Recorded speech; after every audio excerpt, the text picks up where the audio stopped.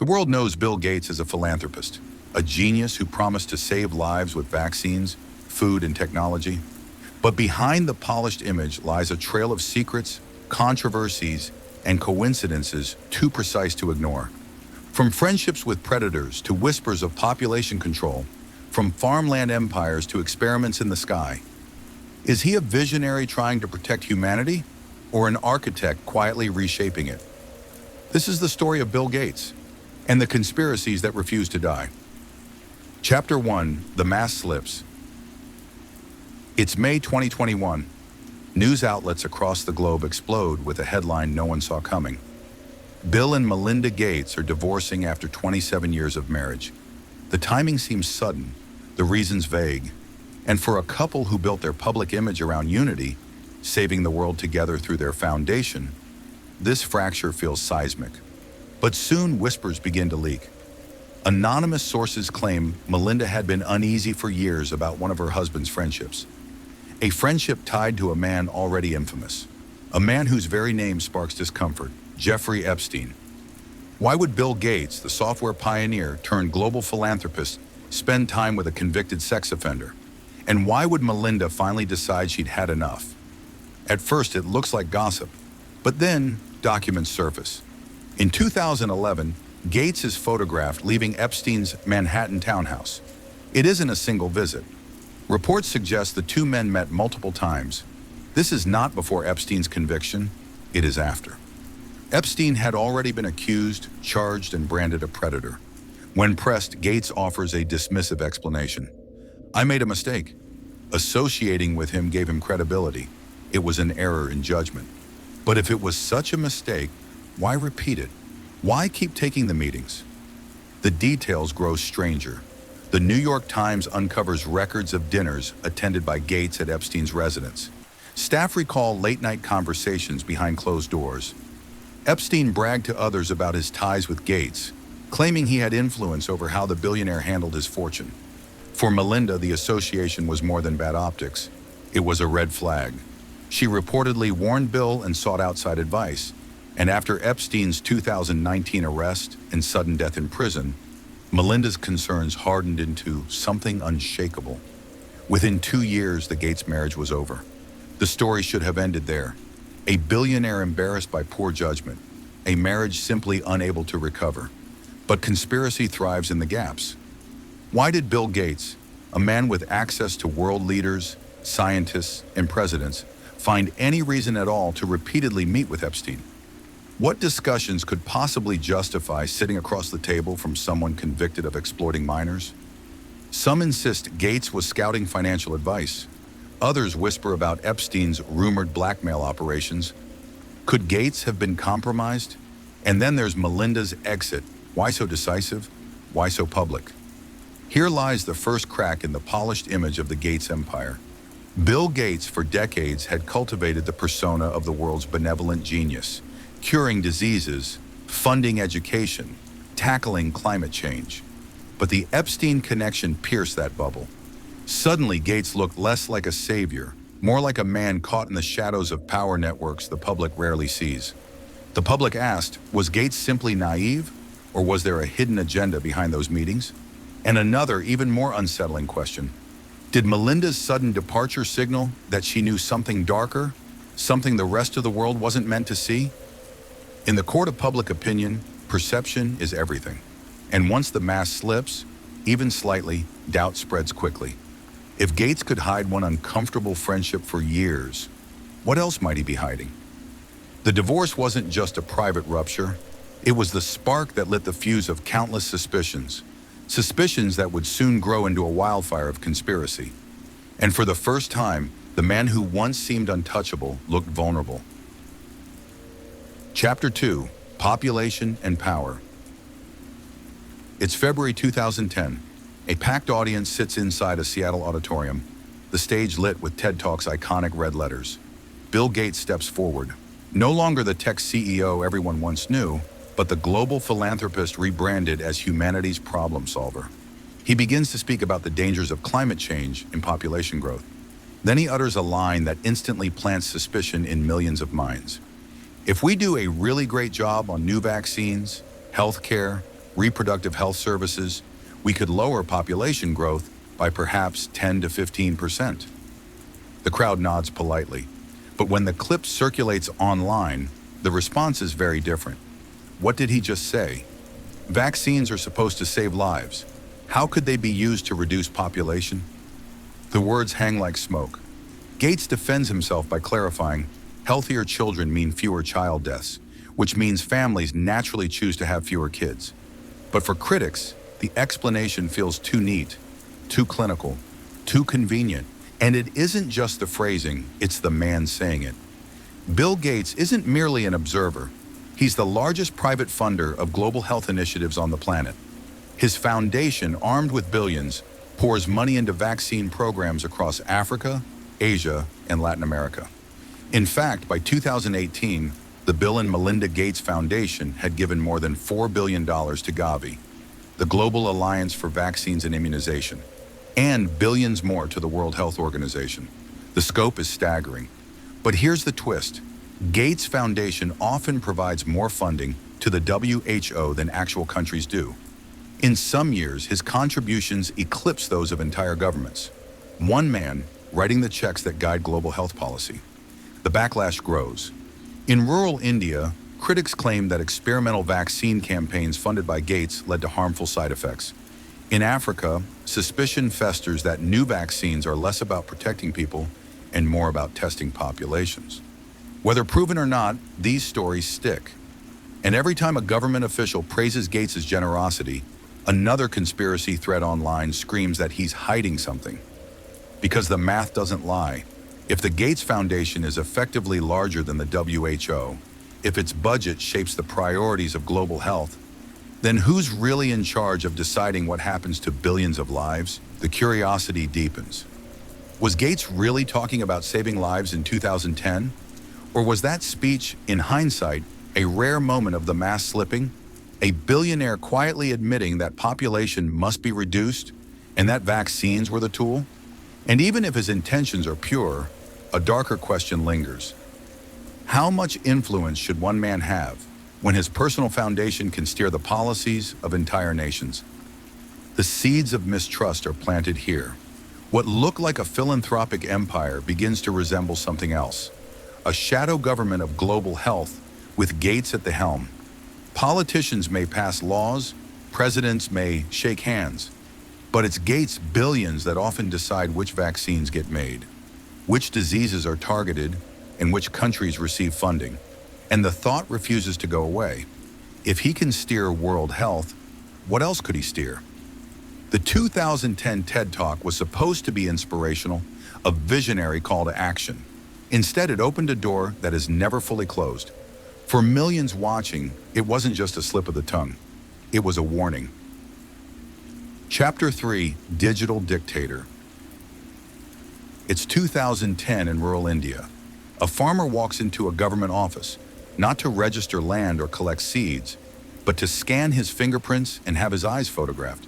His biometric data is entered into a vast new system, Aadhaar, the world's largest digital ID program. On paper, it's progress, a way to give every citizen an identity, to unlock financial services, to bring the poor into the modern economy. Behind the scenes, one of its biggest backers is the Bill and Melinda Gates Foundation. Gates praises Aadhaar as transformational. His foundation pours millions into programs that connect these IDs to banking, mobile payments, and healthcare. But the system grows beyond what most imagine. By 2020, over 1 billion Indians are enrolled.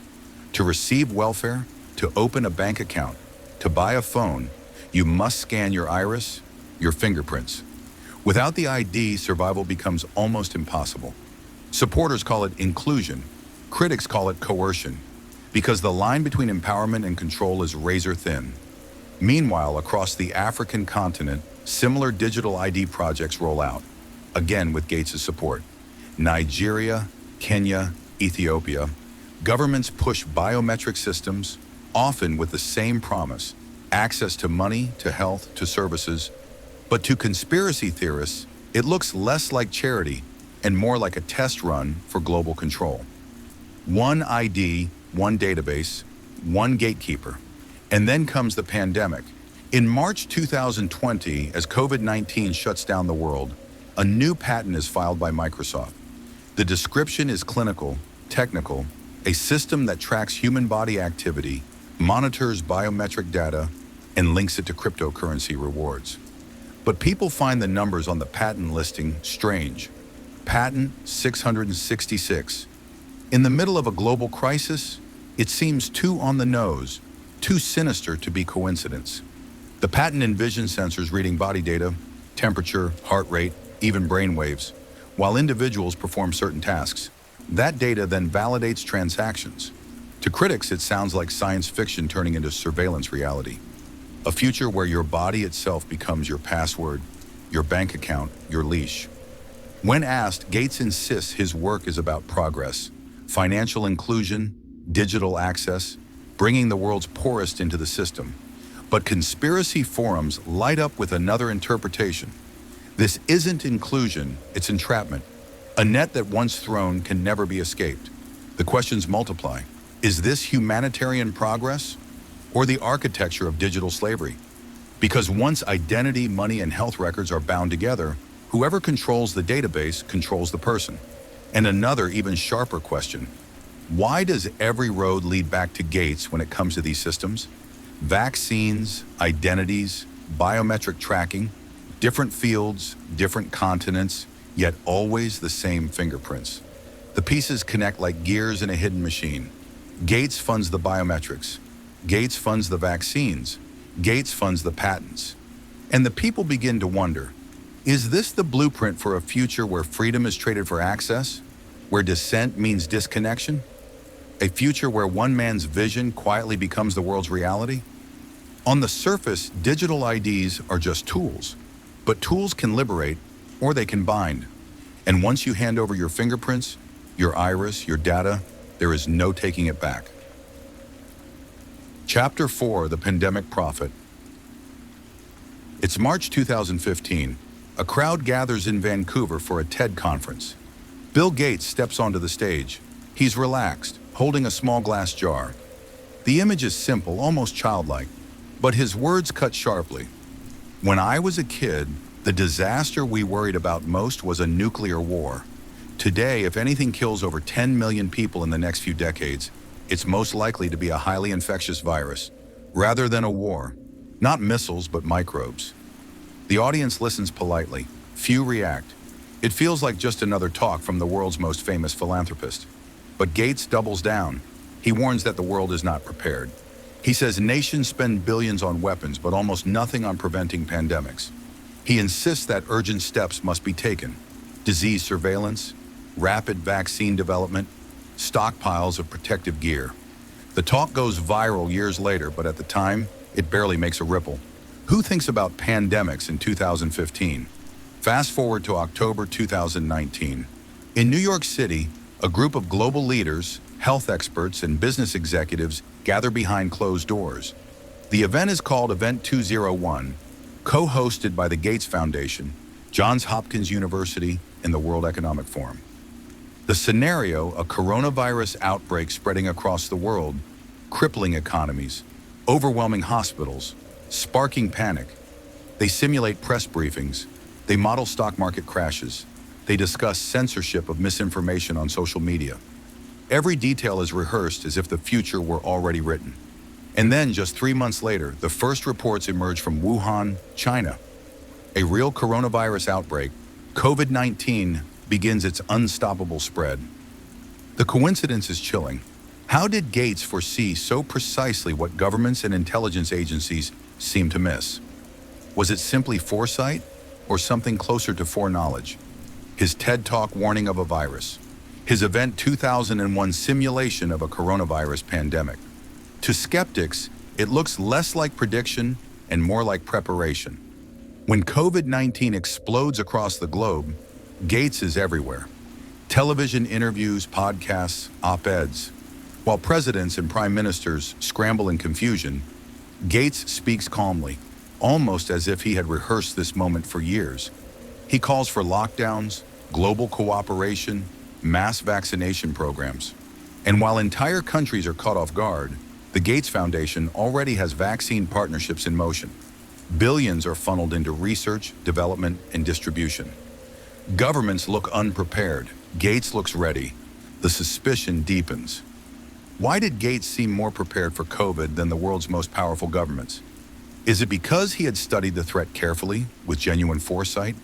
Or because he already knew how the crisis would unfold? The line blurs. Conspiracy theories spread online like wildfire.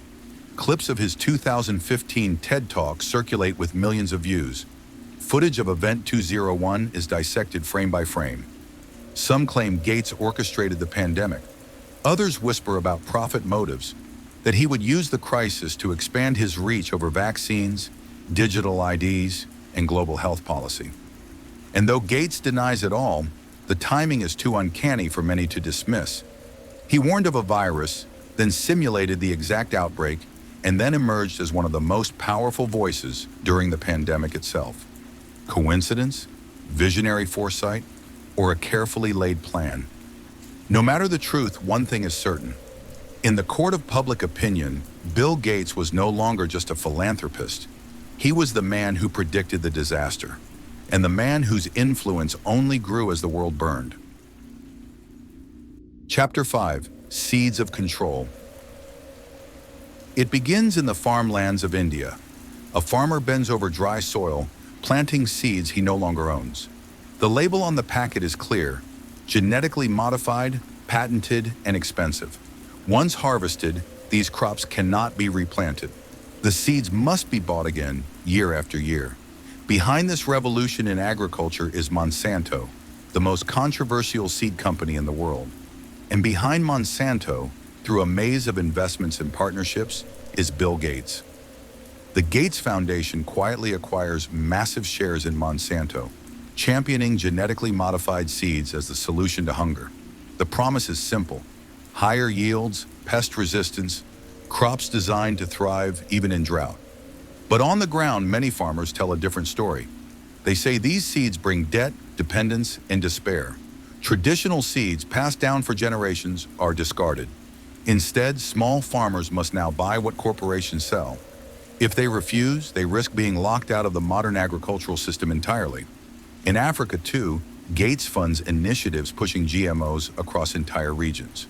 Critics argue it's not about feeding the hungry, it's about locking entire continents into corporate seed dependency.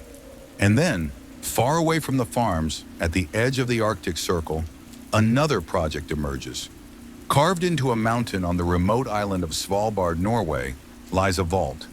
Thick steel doors, permafrost walls, deep underground storage. Its mission? To preserve life itself. The Doomsday Seed Vault, as it's often called, holds backup samples of the world's crops. Wheat, rice, maize, beans, every variety sealed in vacuum-packed bags, stored in icy chambers designed to survive nuclear war, climate catastrophe, even asteroid impact. The list of funders includes the Norwegian government, the Rockefeller Foundation, and, again, Bill Gates. At first glance, it seems noble, a safeguard against extinction, a promise to future generations that food will never vanish. But for conspiracy theorists, the pairing is too perfect. On one side, Gates funds GMO expansion, encouraging farmers to abandon traditional seeds. On the other, he invests in a vault that collects and protects every original seed variety left on Earth. The question is unavoidable. Is this benevolent foresight or preparation for a future where Gates controls the world's food supply? Because if disaster strikes, and the only source of pure, unmodified seeds lies in a vault funded by billionaires, who decides who gets access? Who decides which crops return to the soil and which remain locked away? And another question, sharper still, why would the same man funding GMOs also fund the largest seed bank in the world? The contradiction fuels suspicion. Why push for genetic modification while quietly preserving the originals? Is it an insurance policy, a power play, or a plan to one day decide which seeds feed the world and which never grow again? For centuries, farmers held the keys to their own survival. Seeds were not just food, but heritage, freedom, independence. Now in the 21st century, that freedom narrows. Farmers buy what corporations allow, plant what patents permit, reap only what contracts dictate. And behind the curtain, Gates's influence stretches from African villages to Arctic vaults, from the soil under a farmer's fingernails to the frozen chambers of Svalbard. On the surface, it looks like philanthropy, but the deeper you dig, the more it looks like consolidation. Not just wealth, not just technology, but control of life's most fundamental code, the seed. Chapter 6, Gates and the Green Empire. It begins with a real estate puzzle, not in Silicon Valley, not in Wall Street, but across the quiet farmlands of America. From Louisiana to Arkansas, Nebraska to Washington State, plots of land are quietly purchased under obscure names in holding companies. The buyer? Not an agribusiness giant, not a farming dynasty. It's Bill Gates. By 2021, the news breaks. Gates has become the largest private farmland owner in the United States, with more than 270,000 acres under his control. For a man who built his empire on software, the move seems strange. When asked, Gates gives a simple explanation. It's about sustainable agriculture, climate-friendly farming, feeding the future. But critics wonder, why does one billionaire need more farmland than entire families of farmers combined? Why would the architect of the digital age suddenly turn to dirt, soil, and crops? The purchases aren't random. The land is rich, fertile, strategic. Spread across dozens of states, it forms a patchwork empire of wheat, soybeans, potatoes, and corn. To some, it looks like preparation. If food is power, then farmland is the new gold. And Gates, quietly and methodically, is cornering the market. But food is only half the story. Thousands of miles away, another project is stirring controversy. Not in the soil, but in the sky. At Harvard University, researchers work on a program called ScopeX, a geoengineering experiment backed by Gates. The idea is radical: to spray fine particles into the stratosphere, reflecting sunlight back into space. The effect would dim the Earth, lowering temperatures, slowing global warming. On paper, it's a technological fix for a climate spiraling out of control. In practice, scientists warn, it could unleash chaos, altering rainfall patterns, triggering droughts, disrupting ecosystems in ways no one can predict. For centuries, humanity has feared famine from the ground.